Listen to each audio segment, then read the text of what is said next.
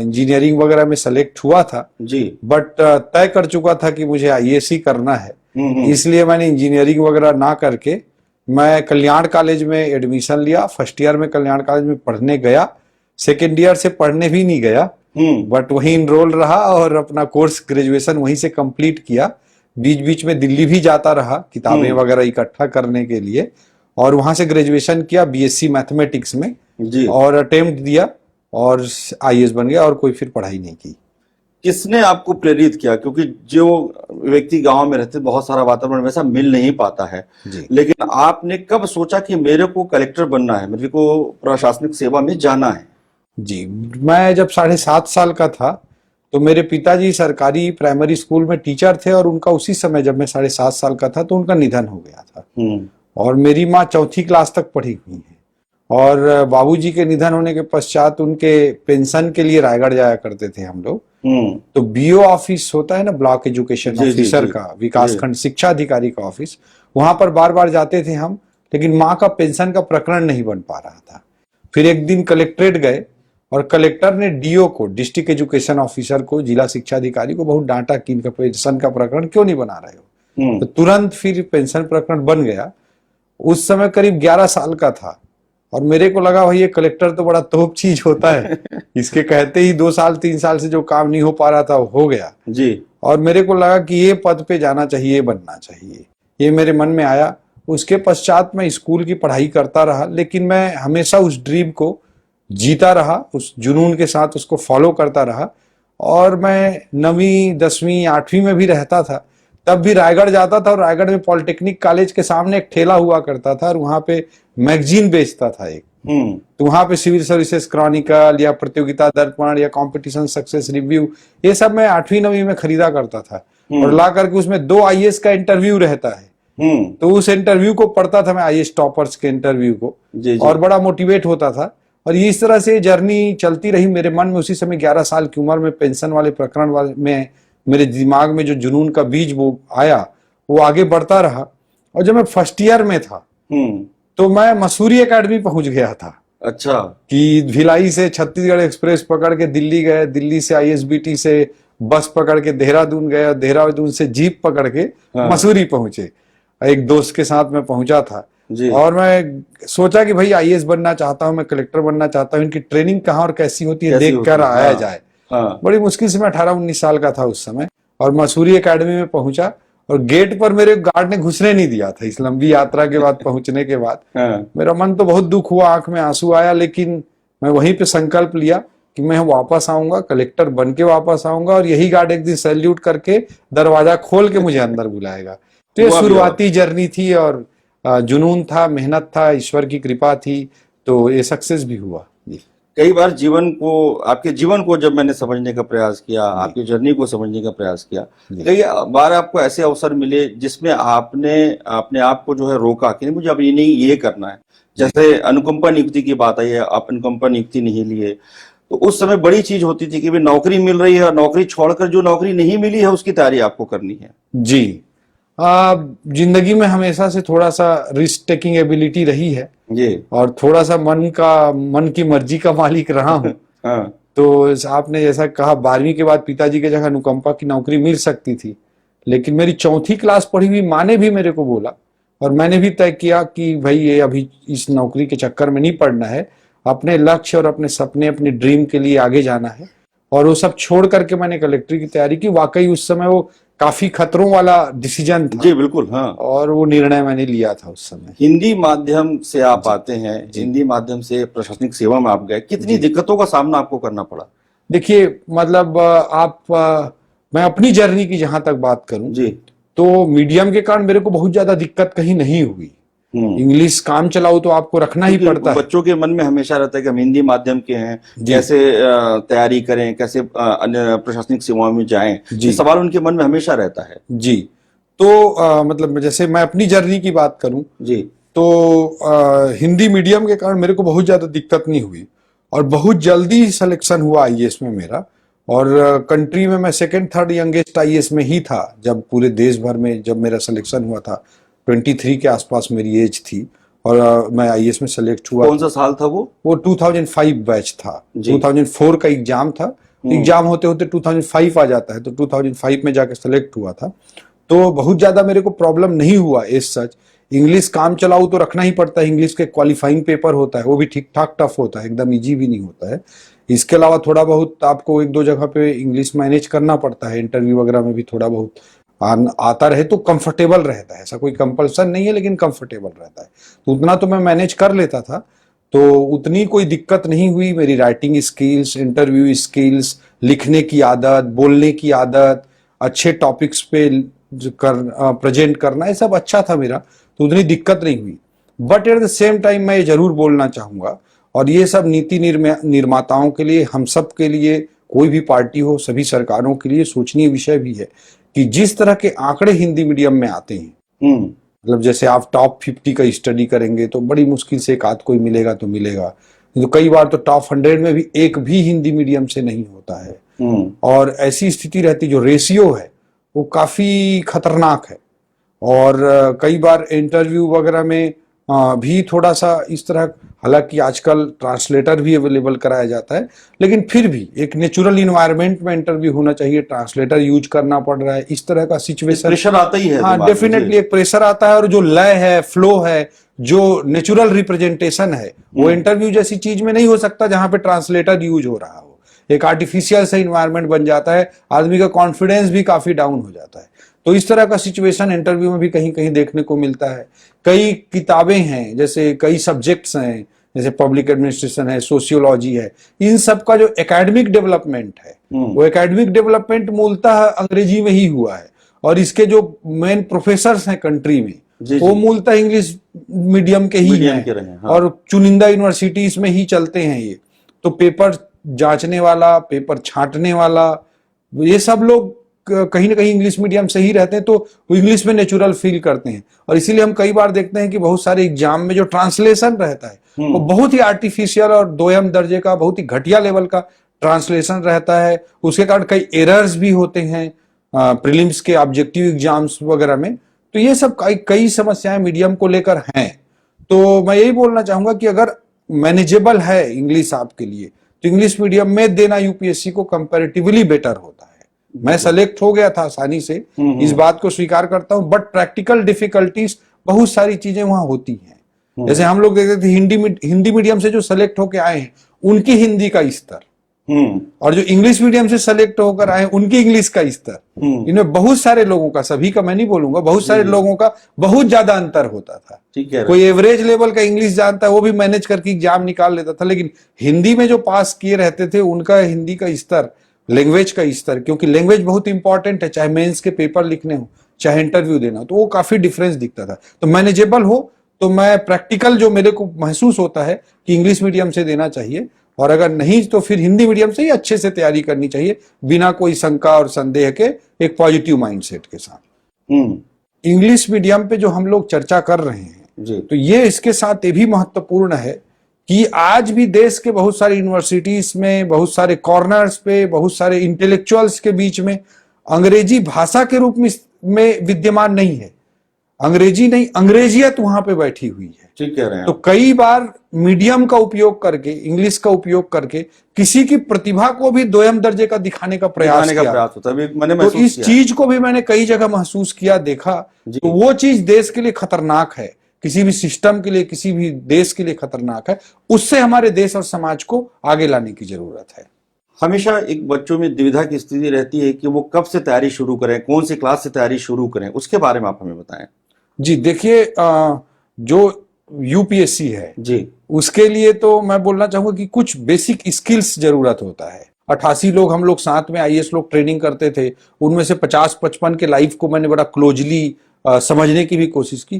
तो मुझे समझ में आया कुछ स्किल्स इंपॉर्टेंट होते हैं, जैसे लैंग्वेज है, कॉमन सेंस है, राइटिंग स्किल्स है, राइटिंग स्पीड है, इंटरव्यू स्किल्स है, ये सब चीजें ज्यादा इंपॉर्टेंट होती हैं। तो इन सब चीजों पे तैयारी तो शुरू से ही बच्चे को कहीं ना कहीं कराते रहना चाहिए। और ये केवल आईएएस की तैयारी के लिए नहीं, नेचुरल टैलेंट के रूप में, उसके व्यक्तित्व के विकास के रूप में कराना चाहिए। केवल आईएएस के लिए नहीं, उसके व्यक्तित्व विकास की दृष्टि से सोच कर कराएं। बाद में अगर उसको आईएएस करना रहेगा तो इन सबका बड़ा फायदा मिला। बिल्कुल। लेकिन इसी कारण से मेन सिलेक्शन होता है, जिसमें नेचुरल इनबिल्ट चीजें आ जाती हैं, स्किल्स।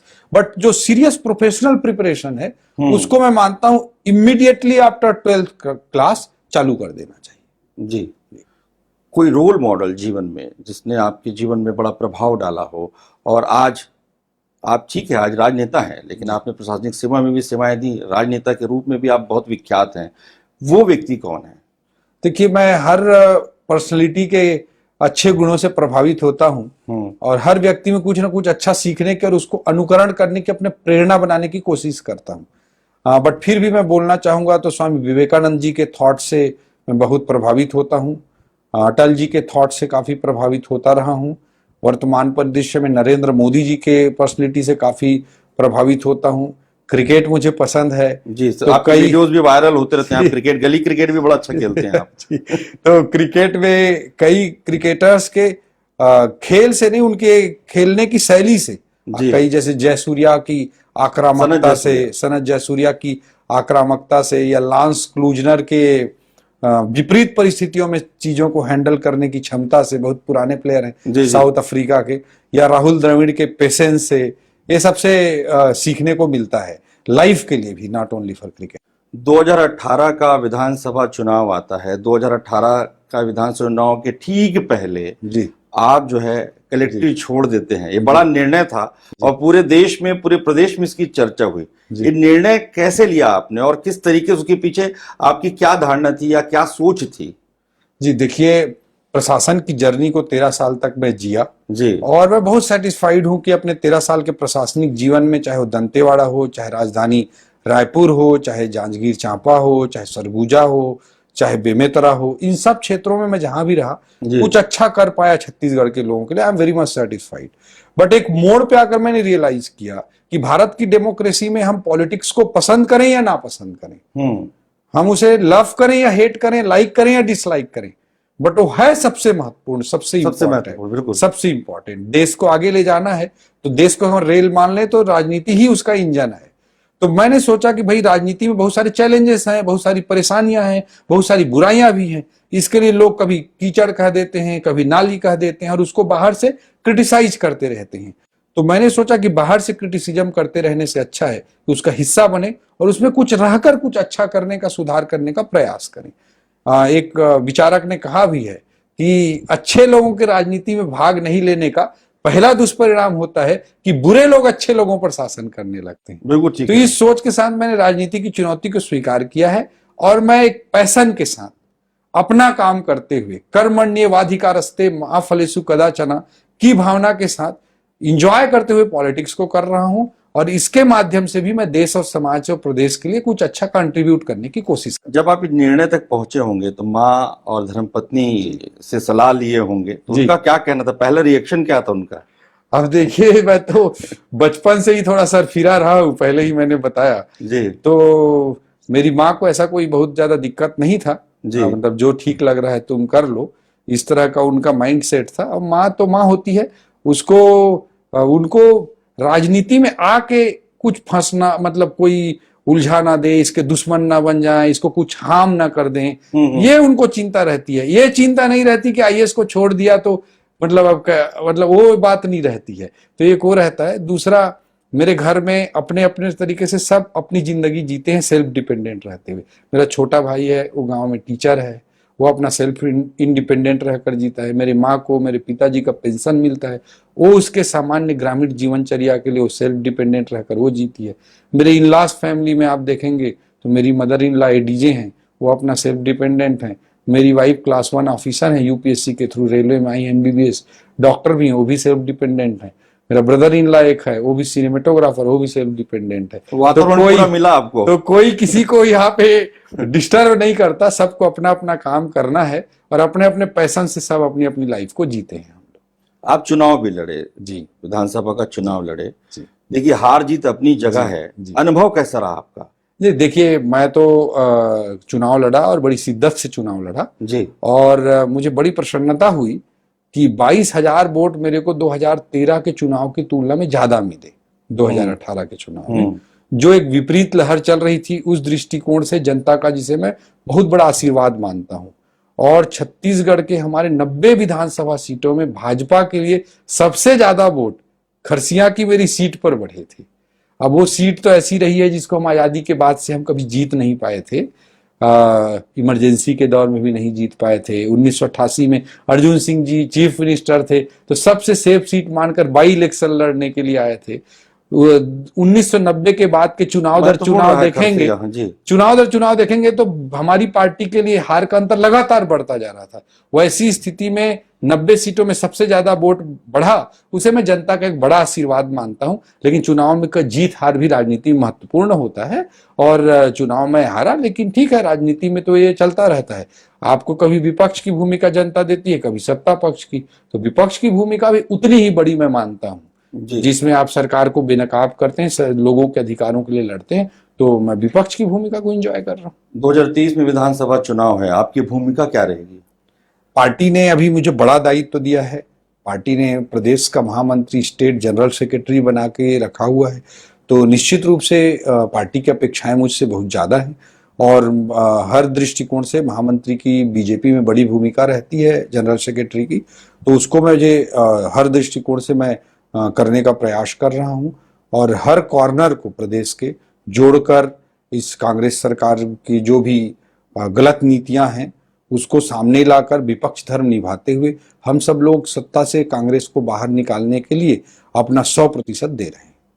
पहले लोग जब मिलते थे आपसे तो साहब बोलते थे, बाद में फिर आप भैया हो गए। ये अंतर को कैसे आप मतलब जीवन में किस तरीके से उतारते हैं? देखिए, लोगों की भावना और उनका प्यार ज्यादा महत्वपूर्ण होता है। क्या संबोधन कर रहे हैं, वो संबोधन के पीछे की भावना ज्यादा महत्वपूर्ण होती है। चाहे कोई सर बोले, चाहे कोई भैया बोले, चाहे कोई ओपी बोले, चाहे कोई ओपी भैया बोले, चाहे कोई ओपी सर बोले, वो उसकी भावना महत्वपूर्ण होती है। और मैं तो जीवन में एक ही सिद्धांत लेकर चलता हूं कि मेरे जीवन की सफलता का एक ही पैमाना मैं मानता हूं कि पीठ पीछे लोग अगर आपके बारे में अच्छी बात कर रहे हैं तो आपका जीवन सफल है। और पीठ पीछे अगर बुरी बात की जा रही है तो आपका जीवन असफल है। चाहे आप कितने भी बड़े कुर्सी और कितने भी बड़े ओहदे पर क्यों ना बैठे हो, बड़े बड़े पदों पर लोग रहते हैं, लेकिन पीठ पीछे हम उनके बारे में अच्छी बात नहीं करते हैं तो जीवन बेकार है। तो लोगों का प्यार मिलता है, सर भी सही, भैया भी सही, भैया से ज्यादा आत्मीयता महसूस होती है। ये भी चर्चा बीच बीच में होती है कि आने वाले समय में जो है आप केंद्र की राजनीति में भी सक्रिय हो सकते हैं। अब देखिए, भारतीय जनता पार्टी को मैंने अपने आप को समर्पित कर दिया है जी। वहां मैं भारतीय जनता पार्टी में हर व्यक्ति एक कार्यकर्ता, एक सिपाही के रूप में अपनी भूमिका निभाता है जी। मैं वो काम अपना कर रहा हूं, अपना 100% देकर काम कर रहा हूं। वो तो पार्टी और संगठन को तय करना है कि मेरी कहाँ भूमिका हो सकती है, क्या भूमिका हो सकती है। पार्टी जो जवाबदारी देगी, उस चाहे बूथ के का काम दे, चाहे प्रदेश का काम दे, चाहे राष्ट्रीय स्तर पे कोई भूमिका तय करे, जहां पर भी पार्टी तय करेगी उसको मैं पूरी शिद्दत के साथ राजनीति में जब तक हूं तब तक निभाता रहूंगा। जब आप राजनीति में आए तो लोगों ने जोगी जी को याद किया। जी। तो जोगी जी के जीवन से कोई सीख आपने लिया है? मैं तो हर व्यक्ति के जीवन से कुछ न कुछ सीखने का प्रयास करता हूं। जोगी जी भी मरवाही के सुदूर सघन इंटीरियर जंगली क्षेत्र से निकल करके MSCT भोपाल गए, वहाँ गोल्ड मेडलिस्ट रहे, फिर वो प्रोफेसर बने, फिर IPS की परीक्षा पास की, फिर बिना रिजर्वेशन के उन्होंने IAS की परीक्षा उस जमाने में पास की और मसूरी एकेडमी में वो प्रेसिडेंट मेस कमिटी होता है, वो मसूरी एकेडमी में वहां पर उस भूमिका में रहे। आज भी लबासना के कॉरिडोर में उनकी राइडिंग करते हुए, हॉर्स राइडिंग करते हुए फोटो लबासना कॉरिडोर में लगी हुई है। कभी लबासना मसूरी जाएंगे तो देखिएगा। तो उसके बाद कलेक्ट्री का लंबा समय रहा उनका, फिर राजनीति में भी प्रदेश के मुख्यमंत्री तक बने, वो सब था। राजनीति में जो है जब भी कोई युवा आते हैं तो घर वाले बड़ा मना करते हैं कि भाई पढ़ाई लिखाई करो या काम धंधा करो, राजनीति में कहाँ आ रहे हो, ये राजनीति में पैसा बहुत लगता है। आपका क्या कहना है, जो युवा राजनीति में आना चाहे उनके लिए आपका क्या संदेश है? निश्चित रूप से अभी भी राजनीति में जो यूथ जुड़ते हैं मेरे साथ, साथ ही साथ मैं उनको बोलता हूं कि भाई आप अपने पैर पे खड़ा हो और साथ ही साथ अपने अर्निंग के कुछ सोर्स डेवलप करो। राजनीति में काम करते हैं तो एक पैरेलली अपना सेल्फ डिपेंडेंट बने रहने के लिए भी कुछ ना कुछ आदमी को करना चाहिए, नहीं तो वो अन्यथा वो कभी न कभी राजनीति को ही खाने लगेगा। और उसके लिए राजनीति को अगर नहीं खाएगा तो खुद के लिए फ्रस्ट्रेशन भी क्रिएट हो सकता है, क्योंकि राजनीति में बड़े पदों पर अवसर चंद लोगों को ही मिल पाता है। तो इस रियलिटी को समझते हुए युवाओं को मैं यही कहना चाहूंगा कि अपने खुद के आर्थिक स्वनिर्भरता के उनके तरीके और होने चाहिए, उसके साथ राजनीति करें, तभी वो स्वच्छंद मन से स्वस्थ राजनीति कर पाएंगे। खाने में आप क्या पसंद करते हैं? जी, मैं तो गांव वाली चीजें मेरे को ज्यादा पसंद आती हैं जी। जैसे पुटू की सब्जी। अच्छा। पुटू मतलब हाँ, समझ गए। मशरूम, जो मशरूम, पैरा हाँ। का पैरा मशरूम का सब्जी रहता है, वो मेरे को बहुत पसंद है। मही के साथ, कनकी के साथ मिलाकर रोटी बनाती थी हमारी दादी। अच्छा। वो मुझे बहुत पसंद रहा है। अभी भी गांव का अंगाकर का रोटी, अंगाकर रोटी, हाँ। वो पनपुरवा बोलते हैं हमारे तरफ, उसको अंगाकर रोटी मेरा फेवरेट चीज है। तो ये सब चीजें, देसी चीजें मेरे को ज्यादा अच्छी लगती हैं और देसी खाना मुझे बहुत पसंद है। धर्म को लेकर बड़ी बात होती है, बड़ी बहस होती है, श्री राम जी के बारे में, बजरंगबली जी के बारे में। जी। आपका क्या मानना है? देखिए, जो संस्कृति है हमारी, जी। उस संस्कृति को काट कर राजनीति या सत्ता नहीं हो सकती। और हमारी संस्कृति के अभिन्न अंग है भगवान श्री रामचंद्र जी, बजरंगबली जी।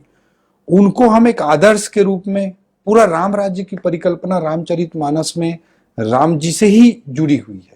वो एक मर्यादा पुरुषोत्तम के रूप में राजनीति के लिए भी हर घटनाक्रम में एक आदर्श प्रस्तुत करते हैं। तो राम जी का जीवन, राम जी के चरित्र, उनका मर्यादा पुरुषोत्तम स्वरूप हम सबके सामाजिक जीवन में का भी अभिन्न हिस्सा है। हम सबके संबंध, हम सबके विचार, हम सबके मूल्य भगवान श्री राम से प्रभावित होते हैं। तो उनसे अलग हटकर समाज या राजनीति की हम परिकल्पना ही नहीं कर सकते। ये अलग बात है कि कई दल तुष्टीकरण की राजनीति के कारण अपीजमेंट पॉलिटिक्स करते आए और उसके कारण से वो राजनीति में घालमेल करते हैं। रिलीजन और पॉलिटिक्स की जो दूरी है, ये वेस्टर्न कॉन्सेप्ट है। बट रिलीजन जो वेस्टर्न वर्ल्ड का है, वो संस्थाबद्ध इंस्टीट्यूशनल फॉर्म है। लेकिन धर्म दायित्व बोध की बात है, जो हमारी भारतीय परंपरा, भारतीय संस्कृति में है।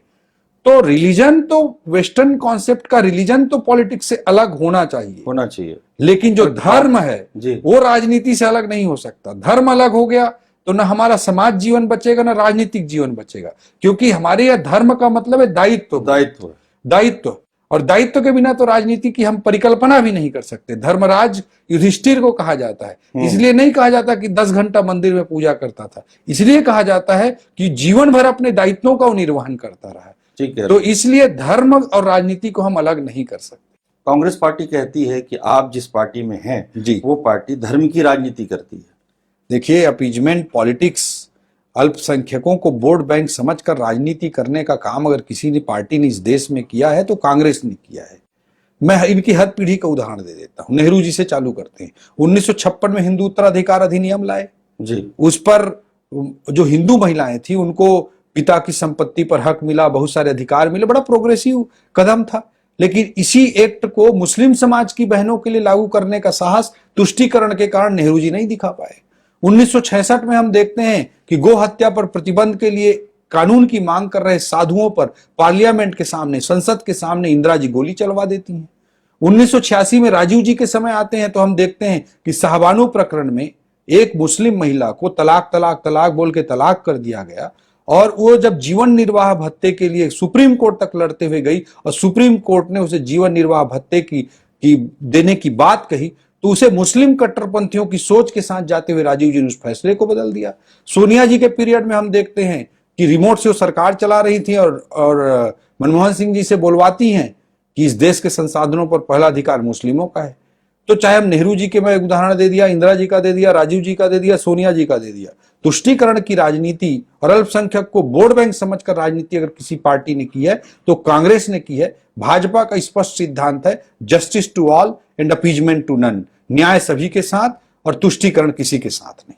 ओपी चौधरी जी, आपका व्यक्तित्व तो बड़ा निराला है। आप अंग्रेजी भी फटाफट बोल लेते हैं, बोरेबासी में भी आपकी उतनी रुचि है, मतलब प्योर छत्तीसगढ़िया भी आपको देखने को मिलता है। और आप जब बड़े शहरों में जाते हैं और जब अपनी बात रखते हैं तो उसी तरीके से आप अपनी बात भी रखते हैं।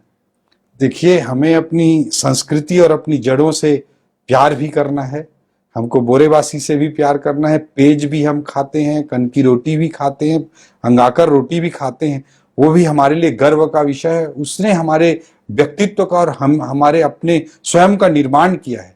But at the same time हमको छत्तीसगढ़ को एक अंतर्राष्ट्रीय ऊंचाई तक भी लेकर जाना है, तो हम उसका भी रिप्रेजेंटेशन करें और अपने आप को संस्कृति से जोड़ते हुए राष्ट्रीय और अंतर्राष्ट्रीय मंचों पर भी छत्तीसगढ़ की दमदारी से प्रदर्शन हो, उसके लिए हम सबको मिलकर के भूमिका निभानी चाहिए। उसी के तहत मैं अपने व्यक्तित्व को सामने रखने का प्रयास करता हूं। ओपी चौधरी जी, आपका बहुत बहुत धन्यवाद। देसी टॉक में आपने खुलकर बातें कही और अपने जीवन के बारे में बहुत कुछ आपने आज बात हमसे साझा की। धन्यवाद जी, धन्यवाद।